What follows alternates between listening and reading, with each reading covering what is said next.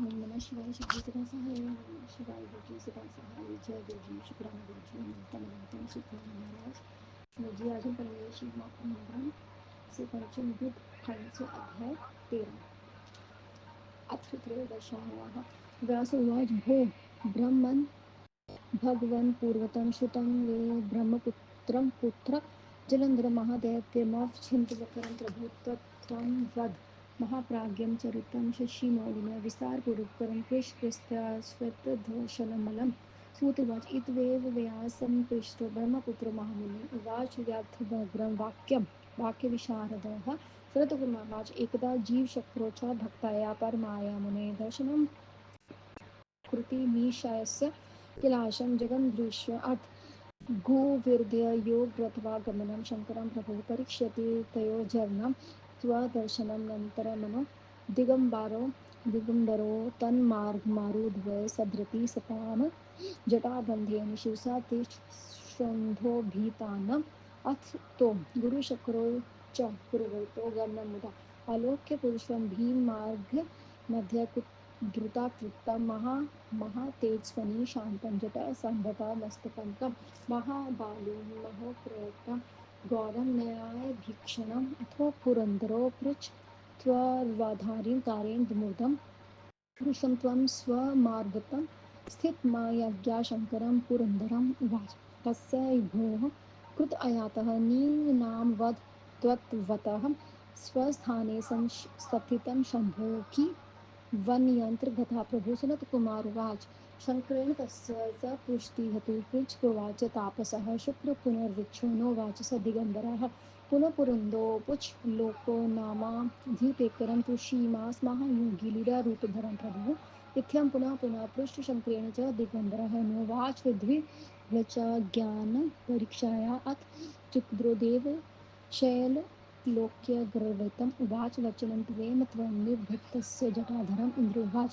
ये मया पुच्छयामोऽपि नन्तरं दत्त समानि अन्तसत्त्वा नमी वज्रेण कस्ते तत्राणि दुर्मते सनत्कुमारवाच वितर्दिर्या ततो व्रजी श्वेतकेशसपूर्वकरी हन्तु दिगाम्बरं व्रजुमातं च हङ्कार च पुरन्दरं व्रजहस्तं दृष्टादेव सदाशिवः चकार स्तम्भनं तस्य वज्रपातस्य शङ्करः ततो रुद्रो कुध्वादृष्टं करालक्ष्यभयङ्करं त्वद्भुतमेव प्रज्वालतेजसा प्रदर्तृणे बहुपृष्टि शम्भुभवानुमनयन्त शचीपति महाधवतो भोगी मन्त्ररुद्रपराक्रमः दृष्टाभ्रस्त्रीस्तस्त्रोणप्रज्वलितं स्वतेजसा पुरुषं त्वं धया जात्वा प्राणानां हरं प्रभु कृत्वा तटीपुटो भूत्वा गतो गुर्दुराधारी नत्वा छवृत्वामो प्रभुं सोत्वं पञ्चक्रमे गुरु उवाच नमो देवाधिदेवाय महादेवाय च त्वने महेशाय प्रभावे त्र्यम्बकाय तदुत्तमे दीनानाथाय विभो नामो मन्दकन्दपुदक्षिणे त्रिपुरधाय शिर्वाय ब्राह्मणे परमेष्ठिने विरूपाक्षाय रुद्राय बहुरूपाय शम्भवे विरूपाय यतिरूपाय रूपायताय ते नमः यज्ञविध्वंसं करे च यज्ञानां फलदानि नमस्ते मुखरूपाय परकरं प्रवर्तने कालान्तकाय कालाय कालभोगी धीराय च नमस्ते परमेशाय सर्वत्र व्यापिने नमः नमो ब्रह्म शिरे हन्त्रे ब्रह्मचन्द्रस्तुताय ब्रह्मणाय नमस्तुते नमस्ते परमात्मने त्वं गिरे नीलो यों त्वयं वसुन्धरा त्वं सूर्यचन्द्रमा भानुः ज्योतिक्षत्रं तत्त्वमसि त्वमेव विष्णु तस्य ब्रह्मा तत्स्वतं परमेश्वरः मुनाय सनकादिः सनाद्रस्तताय तपोधनः त्वमेव सर्वलोकेष्वत्वमेव जगदम्बरं सर्वानाय सर्वभिन्न तत्त्वमेव प्रकृते परे त्वं वेजसृजासि लोकराजाय रजसा विधीनामभूषणं सत्त्वेव हरिरूपत्वं सकलं यासि वे जगतः तत्मेव वस्ति महादेव तस्माहररूपधृक् लीलाय भुवनं सर्वनिखिलं रोषिभूतिनं त्वधाय बलतः सूर्यस्तत्पते विष्णुभावेन अमृतं क्षवते लोके शशीवती समीरं त्वधाय बलन्तो मेघा सम्भवर्षन्ति शङ्कुलं त्वदर्बलात् शङ्खत्रिलोकी पातितपुत्रवत् त्वयान बालयन्ते मेघा सर्वे देवा मुनीश्वरा स्वधारिकारं च कुर्वन्ति चकृता भवतो यथाः त्वपादकलशतस्य सेवाधुदं मानवा नाद्रियन्ते सुरानद्र लोकसञ्च च भुज्यते त्वत् पादकमल चेतस्य सेवनात् दग्गन्मन्थरा गतिं योगाधानानापगम्य सर्वदुर्लभं सततकुमारवाच बृहस्पति त्रिता श्रुत्वा शङ्करं लोकशङ्करं वादेवं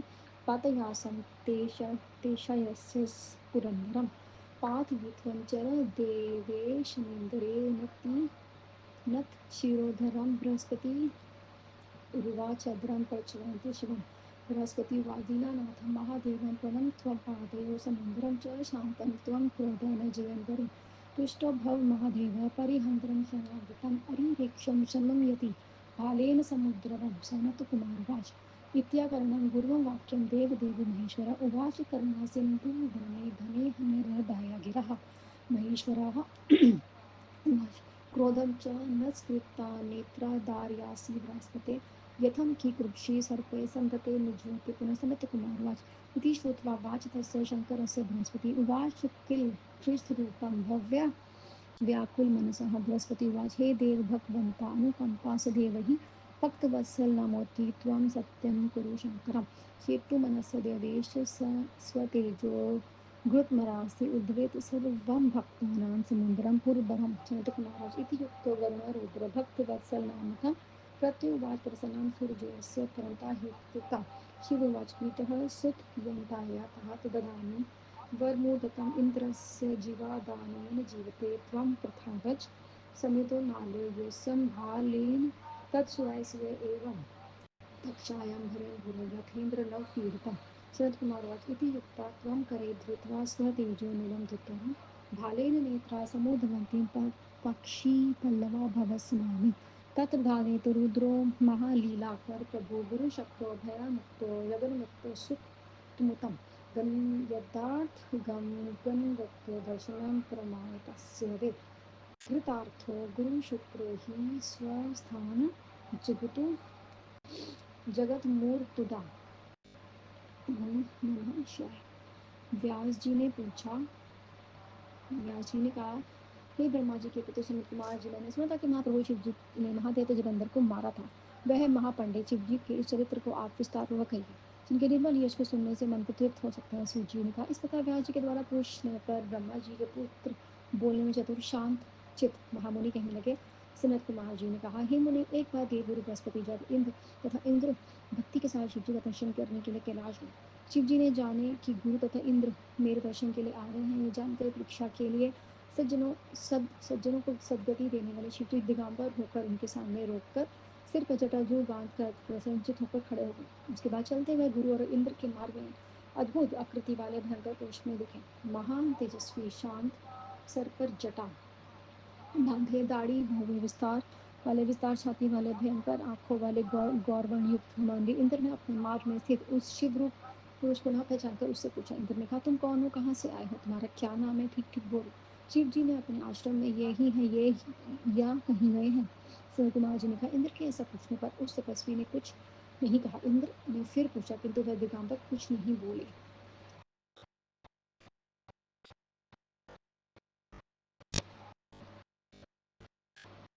लोगों के स्वामी इंद्र ने उसी प्रकार फिर पूछा। लोग विग्रहधारी महाबली महायोगी प्रभु चुप रहे। देवराज इंद्र के इस प्रकार बार बार पूछने पर भी इंद्र ने ज्ञान की परीक्षा करते हुए दृष्टि से भगवान शिव जी के कुछ नहीं बोले। तब तीनों लोगों के ऐश्वर्य से गर्वित होकर देवेश इंद्र ने क्रुद्ध होकर उन जटाधारी को झिड़क कर इंद्र ने कहा, हे दुर्बुद्धि, मेरे बार बार पूछने पर भी तू उत्तर नहीं दे रहा है। मैं तुझे वज्र से मारता हूँ और देखता हूँ कि तुझे कौन बचाता है। सतकुमार जी कहते हैं, देवराज इंद्र के ऐसा कहकर क्रुद्ध होने पर जब उस दिगंबर जटाधारी ने उसे मारने के लिए वज्र में हाथ में उठा लिए, इंद्र के दोनों हाथों में वज्र लिए और देखकर सदाशिव शंकर ने उसे रोक दिया। तब विकराल आंखों वाले भयंकर शिव जी क्रुद्ध होकर शीघ्र ही अपने तेज से उस प्रकार जलने लगे मानो जलाएंगे। इधर बाहर से निष्क्रिय हो जाने से भीतर ही भीतर इंद्र क्रुद्ध इंद्र उस सांप की भांति जलने लगा, जैसे पराक्रम को मंत्र रोक दिया गया हो। उसने तेज से प्रकाशमान जटाधर पुरुष को बृहस्पति ने देख कर कहा, ये शिव जी हैं, ऐसा जानकर प्रणाम किया। महान बुद्धिमान गुरु बृहस्पति हाथ जोड़कर दंडवत प्रणाम कर स्तुति करने लगे। गुरु बृहस्पति ने कहा, देवादिदेव महादेव, आत्मस्वरूप महेश्वर, प्रभु त्र्यंबक कदर्पी, जटाजूट वाले, आपको नमस्कार है। तीनों दिनों के स्वामी, सर्वव्यापक, अंधकासुर, तथा त्रिपुर को मारने वाले शिव ब्रह्मा परमेश्वरी आपको नमस्कार है। विरूपाक्ष रुद्र बहुभूष शिव विरूप अतिरूप तथा रूपाती तीत आपको नमस्कार है। यज्ञ का विनाश करने वाले, यज्ञ का फल देने वाले, यज्ञ दूसरों के को कर्म में प्रवृत्त कराने वाले आपको नमस्कार है। काला कालांतरक काल रूप सर्पों के धारण करने वाले परमेश सर्वव्यापी आपको नमस्कार है। ब्रह्मशीष नामक अस्त्र को चलाने वाले ब्रह्मा तथा चंद्रमा द्वारा प्रार्थना किए गए ब्राह्मणों का हित कारक करने वाले आपको नमस्कार है। आप ही अग्नि वायु आकाश जल भूमि सूर्य चंद्रमा नक्षत्र और ज्योति चक्र हैं। आप ही ब्रह्मा विष्णु परमेश्वर सनकादि मुनि तथा तपस्वी नारद हैं। आप ही संपूर्ण लोगों के स्वामी हैं, संसार की आत्मा है, सब में संबद्ध है, सब में भिन्न है और प्रकृति से परे हैं। आप ही ब्रह्मा नाम से रजोगुण तथा युक्त होकर लोगों की सृष्टि करते हैं। सत्वगुण द्वारा विश्वरूप होकर आप ही संपूर्ण सृष्टि का पालन करते हैं। हे महादेव, आप ही तमोगुण द्वारा हर रूप को धारण करके अपनी लीला से पंचभूतात्मक समस्त लोगों का विनाश करते हैं। हे संसार के कर्ता, आपके ही ध्यान के बल से सूर्य तपता रहता है। आप अमृत बरसाते हैं, वायु निरंतर बहता रहता है। आपके ही ध्यान के बल से शिवजी मेघ पानी बरसाते हैं और आपके ही ध्यान के तेज से देवराज इंद्र तीनों लोगों के पुत्र की भांति बनाते हैं। आपके ध्यान से ही बल से तथा आपके भय से सभी देवता मुनिगण में अपने अपने कर्तव्य का पालन चकित होकर करते रहते हैं। आपके चरणों कमलों का सेवन करने से भूलोक में मनुष्य अन्य देवताओं का सेवन किए बिना भी संसार में परम ऐश्वर्य को उपभोग करता है। आपके चरण कमलों का सेवन करने से मनुष्य उस परम गति को प्राप्त हो जाते हैं जो दूसरों को भी दुर्लभ होती है। सूरत कुमार जी ने कहा, लोक कल्याण करने वाले शिव जी की बृहस्पति से इस प्रकार स्तुति करते उनके चरणों में इंद्र को गिराकर उनसे प्रणाम कराया। इस प्रकार विनम्र इंद्रदेव से प्रणाम कराकर बृहस्पति अत्यंत विनम्रता से शिव जी के कहने लगे। बृहस्पति जी ने कहा, हे दीनानाथ महादेव, आपके चरणों में हम गिरे हैं। आप हम क्रुद्ध नेत्रों को शांत कर दीजिए। हे महादेव, प्रसन्न हो शरणागत इंद्र की रक्षा कीजिए। तीसरे नेत्र उत्पन्न या आग शांत हो। सनत कुमार जी ने कहा, देवदेव दया सिंधु महेश्वर ने बृहस्पति के इस वाक्य को सुनकर गंभीर स्वर में कहा। शिव जी ने कहा, हे बृहस्पति, जो क्रोधाग्नि आग से निकल चुकी है वो मैं कैसे धारण करूं? जैसे सांप जब केंचुली को छोड़ देता है तो वह कैसे धारण नहीं कर सकता।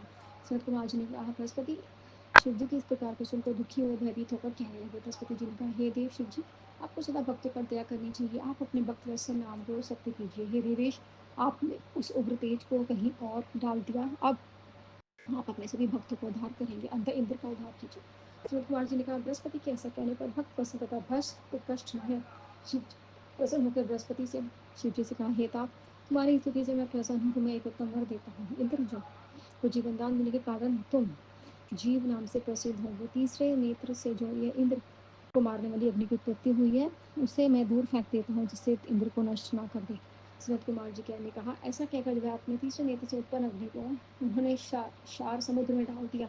उसके बाद महान कृत्य को करने वाले शिव जी अंतर्ध्यान हो गए और गुरु तथा इंद्र भयमुक्त होकर अपने स्थान पर चले गए। ओम नमः शिवाय। शिव जी सदा सहाय। ओम नमः शिवाय। गुरु जी सदा सहाय। जय गुरु जी। शुक्राना गुरु जी। अनंतम अनंतम शुक्राना गुरु महाराज। बहुत बहुत शुक्रिया।